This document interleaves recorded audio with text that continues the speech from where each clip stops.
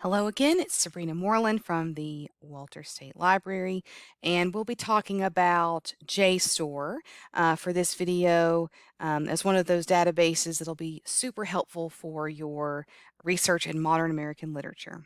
So once again, we're back on that list of English databases, and this time we'll go into Jstor. And this is a bit different. This does not have those subject headings that we look for in search.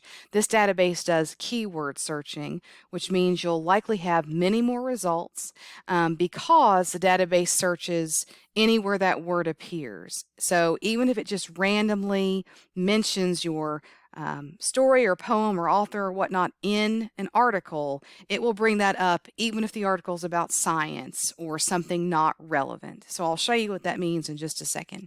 You also annoyingly have to check to proceed several times. All kinds of little just different things to click on in this database. So here we are, the initial page, basic search.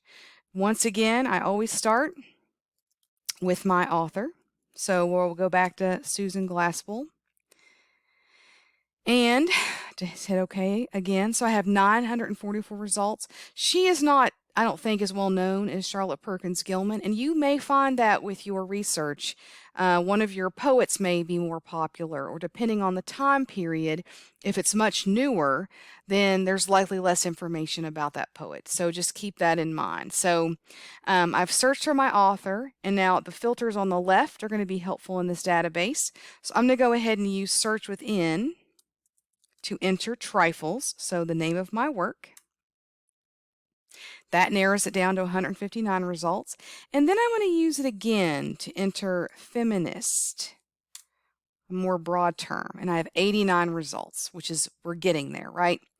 I like to click on journals and then scroll down a little more, expand these subjects. And because we're in an English class, it's helpful to click on language and literature. And now I have 54 results. So I can see what's available. I think I saw this article, in fact, in the Literature Resource Center. So you can see there's the title is offered, a little bit of the abstract or summary. And then on the right, you can see that you can download or cite from this page as well. But there are other ways to take a look at this article. So Trifles, The Path to Sisterhood. Let's see what that's about. So I can click on the title. Okay, proceed. And I can look at it through this way. So I could scroll in this sort of little window. I can go ahead and pull up my citation, but I can also download it, which I prefer to do. And so we accept and download. And now you have a PDF and have downloaded this article to your device. And this one does have the correct page numbers, which is very helpful for your in-text and parenthetical citations. I can search inside of this article as well by hitting Control F, and then in that Find box that pops up, I think it's outside my window, but there's a box that's popped up. I can enter the title of my work, so Trifles, and then see that it appears several times. Or I can enter feminist or feminism or something like that to see where it exactly appears in this work as well. Another option for searching that I haven't really showed you that much is, move my window a little bit here, is you can also technically start off searching with the name of your work. So we could start over, and this applies to Literature Resource Center, but we could go back to a basic search and we could enter the name of a work. So I might look for just the yellow wallpaper. And in this database, it's important to put your terms in quotation marks because it tells the database search all of this stuff together. Otherwise, it will look for yellow and the word wallpaper and so forth. So go ahead and sort of put that in there in those quotation marks.